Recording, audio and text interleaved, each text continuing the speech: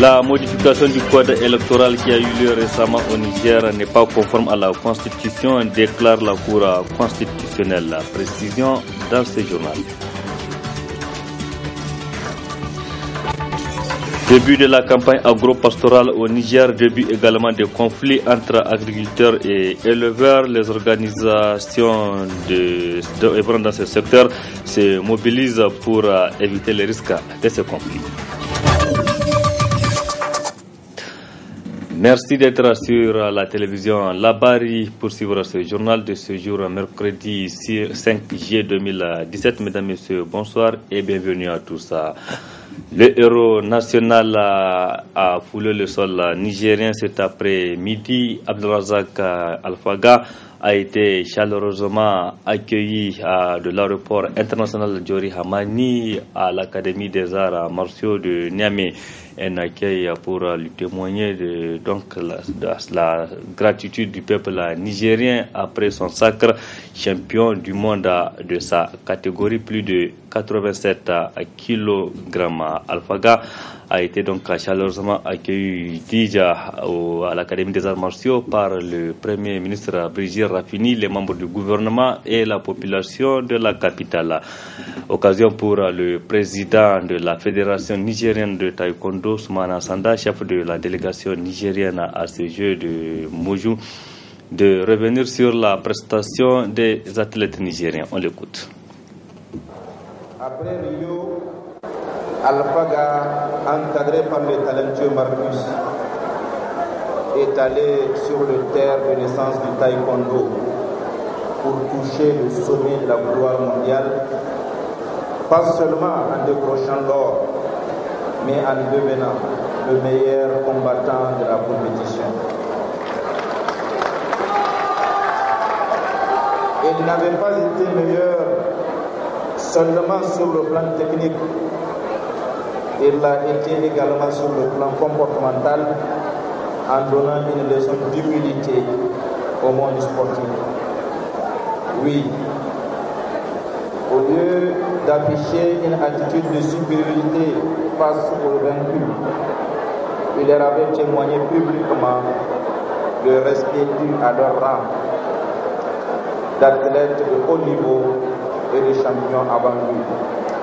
Ces signes de respect, immortalisés avec le Gabonais Anthony Obam, après le tour du monde et renforcé l'admiration de tous.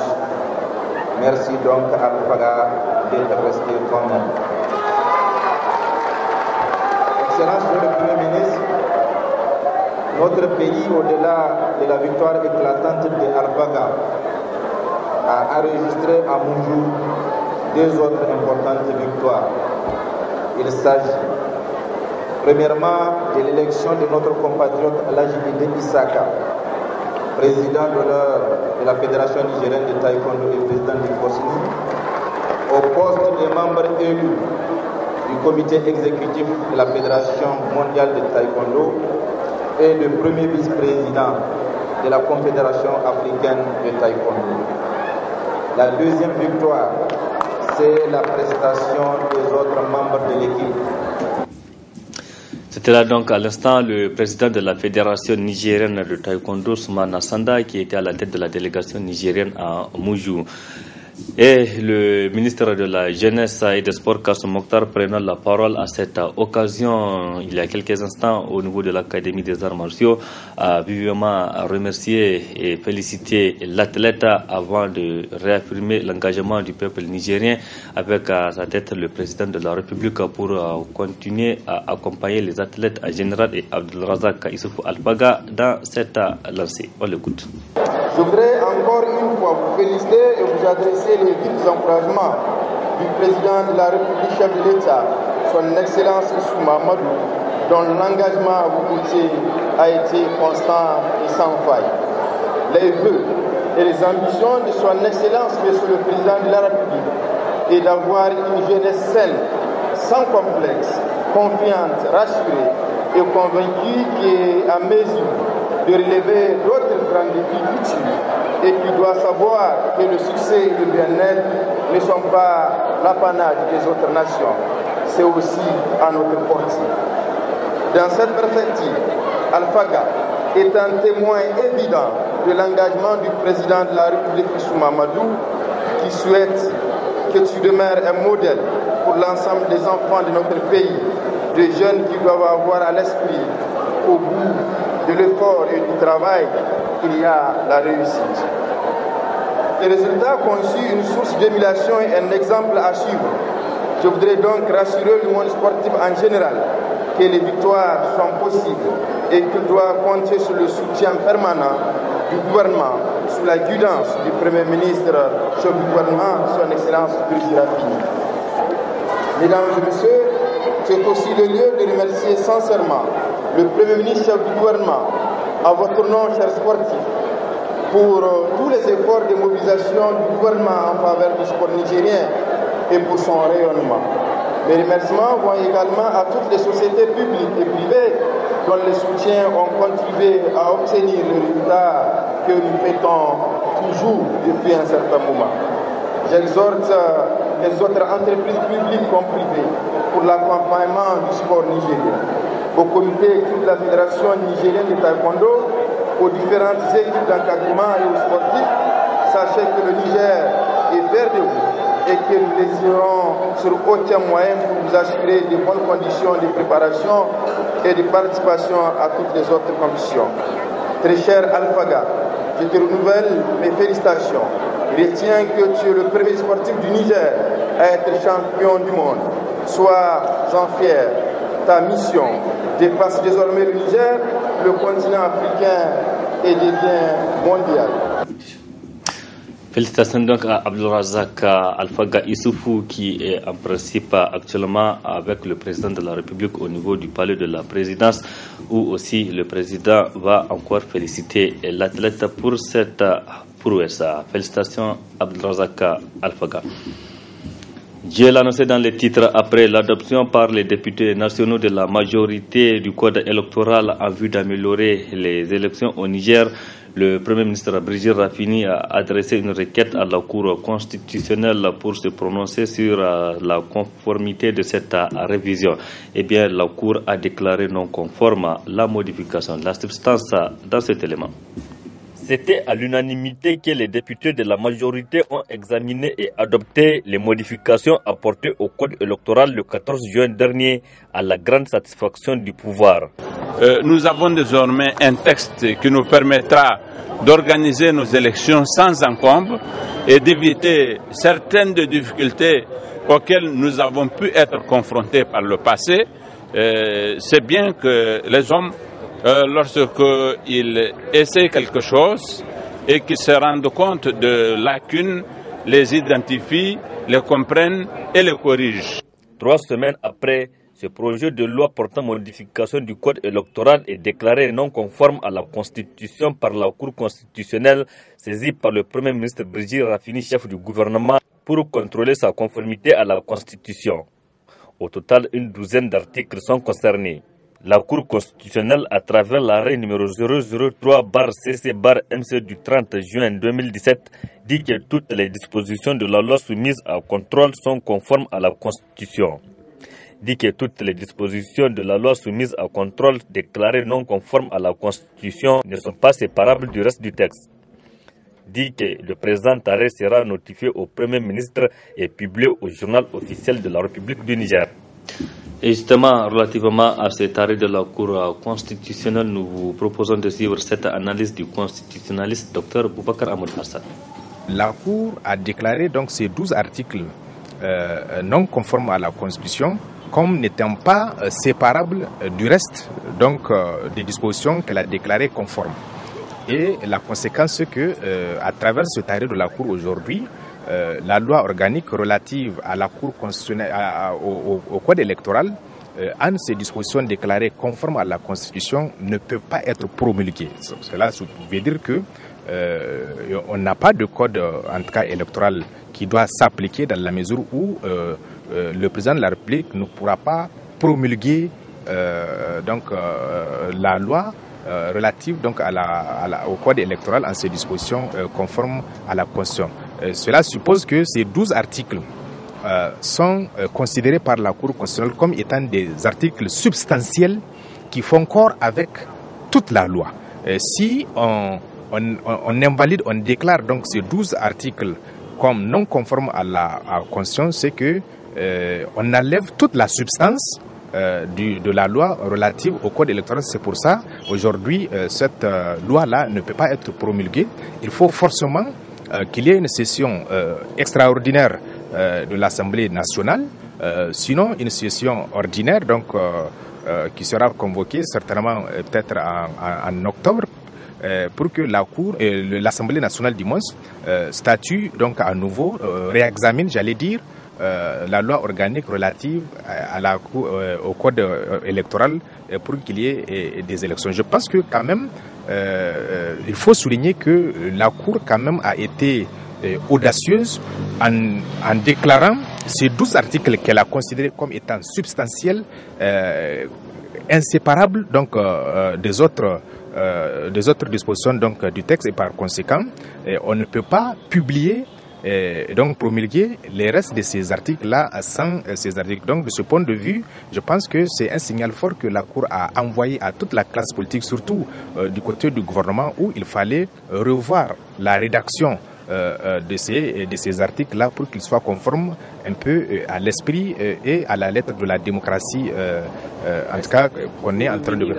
À partir du moment où la loi qui vient d'être votée ne pourra pas être promulguée, donc, par conséquent, c'est toujours les dispositions des anciennes lois électorales qui sont en vigueur, jusqu'à ce que l'Assemblée nationale convoquée en session extraordinaire ou ordinaire, lorsque le gouvernement estime qu'il y a urgence, certainement qu'il y a urgence, puisqu'il y a des élections partielles de Maradi qu'on a reportées et que on attend justement l'issue donc de l'examen de ce code-là pour statuer. Donc, il va falloir reprendre l'examen de ce texte-là, surtout pour réexaminer les 12 dispositions que la Cour constitutionnelle a estimées comme étant substantielles pour les rendre conformes. La maison de la presse a rendu public hier un communiqué de presse pour soutenir le fondateur du journal Le Courrier, Ali Soumana, placé en mandat de dépôt à la prison civile de Filengue. Et mieux, elle s'inquiète des harcèlements exercés contre les journalistes dans l'exercice de leur fonction, de leur métier au Niger. La substance de ces communiqués de presse avec Nafisa Zakou. Suite à une publication d'un article dans le dernier numéro du journal Le Courrier, les organisations des médias représentées à la maison de la presse expriment leurs inquiétudes. Ainsi, le bureau du conseil d'administration de la maison de la presse a appris l'interpellation le jeudi 29 juin 2017 et la mise sous mandat de dépôt du promoteur du journal Le Courrier, Ali Soumana, le 3 juillet 2017. Après analyse de la situation, il lui est reproché la soustraction frauduleuse d'une pièce d'un dossier judiciaire que son journal a publié.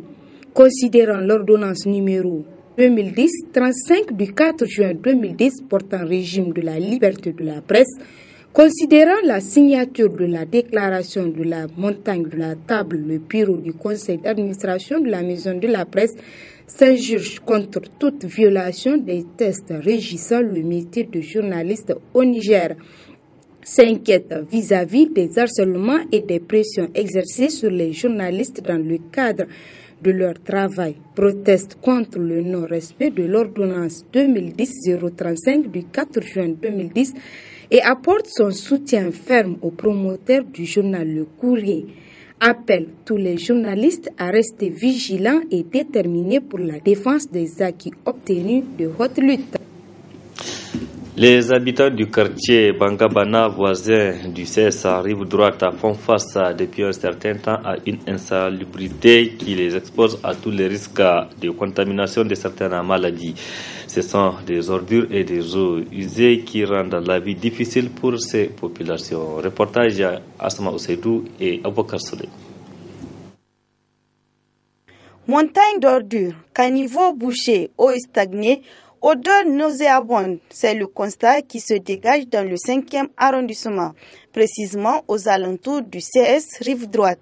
Des déchets dus au manque de dépotoirs et des eaux usées du fait que les caniveaux soient bouchés. Une situation qui met mal à l'aise ces riverains exposés au risque des maladies, notamment le paludisme en cette période hivernale. Là où nous sommes aujourd'hui, vous-même vous voyez comment c'est en plein centre-ville. Les ordures ont inondé tout le quartier. Et voilà, vous voyez les caniveaux qui passaient devant les portes. Et il y a les maladies aussi. Les enfants sont là, les mères, les vendeuses. Et vraiment, l'endroit est pollué. À chaque fois qu'on ramasse, et voilà encore ça remplit. On ne ramasse pas, c'est parce que la mairie ne vient pas prendre les poubelles. Et voilà, et les gens quand ils viennent souvent aussi, ils versent ça en bas. Et c'est ça qui fait remplir tout l'endroit là. Et encore, surtout au niveau des caniveaux là. Ça aussi, vraiment, il faut que les autorités communales viennent arranger tout ça là, puisque c'est devant les maisons. C'est un danger aussi pour les enfants. Cependant, ces habitants lancent un appel à l'endroit des autorités municipales de leur venir en aide afin de les débarrasser de ces ordures. La campagne agro-pastorale a bien débuté au Niger. Cette période est également une période de conflit entre les agriculteurs et les éleveurs, deux communautés pourtant appelées à vivre ensemble. Pour éviter les risques de conflit, les structures œuvrant dans ce secteur procèdent déjà aux sensibilisations. Reportage Ismaël Momouni, Sadoudoumi. La campagne agricole s'installe progressivement sous de bons auspices vu les différentes précipitations enregistrées de notre pays. D'ores et déjà, dans certaines localités, les éleveurs ont commencé la transhumance. C'est une période effectivement où les éleveurs sont en train de descendre. Vous savez, dans la zone autour de la zone de Gadebéji, Bermo, Akan, etc., il y a une partie des éleveurs de la région de Tawa qui est en train de descendre parce que vers l'ouest Tawa, ouest Chantabaraden, est Chantabaraden, n'est-ce pas, et entre la commune de Kao et de Chantabara, il y a du pâturage. Effectivement, on est dans un phénomène de changement climatique.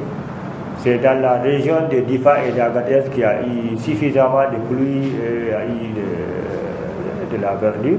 Déjà, on est dans des périodes de semis et de trucs et tout ça. Les gros lots du Cheftel est parti au nord, dans la zone. Donc, ils sont partis en transhumance. C'est en cette période que les conflits entre agriculteurs et éleveurs sont fréquents. Ces structures pastorales invitent ces deux acteurs du monde rural à la retenue à travers des sensibilisations. En pareille circonstance, il peut y avoir des conflits et nous ne voulons pas. Et c'est pourquoi nous sommes régulièrement en contact avec les responsables des centres de concentrés de nos structures pour une question d'éveil citoyen. Et nous alertons à chaque fois qu'il y a une situation qui pourrait être conflictuelle, les autorités en charge de ces questions pour nous aider à juguler ce problème. Nous menons des actions de sensibilisation. C'est même dans notre plan d'action annuel. Récemment, on vient de la zone nord Tanout. Bien avant cela, nous étions dans le département de Filengue. Et nous avons des activités genre caravane qu'on va planifier très bientôt. Dieu merci, on a des projets et programmes qui accompagnent dans ce sens maintenant pour une sensibilisation intense. Vous avez particulièrement le PRAPS qui met beaucoup l'accent, en tout cas, et au niveau des autorités coutumières, et au niveau des autorités administratives, et au niveau des associations pastorales, pratiquement toutes. C'est notre travail quotidien, à chaque fois, en tout cas, on montre aux éleveurs que voilà les procédures par rapport aux agriculteurs aussi, les procédures qu'après établi les codes ruraux. Les autorités doivent veiller pour prévenir toute forme de conflit dès l'annonce d'un signe précurseur. L'agriculture et l'élevage sont les deux poumons de l'économie du pays. De ce fait, vivre en harmonie s'impose car aucun ne peut s'en passer de l'autre. Point final de cette édition. Merci à vous qui l'avez suivi. Restez en compagnie du programme de la télévision Labari. Au revoir, excellente nuit à toutes et à tous.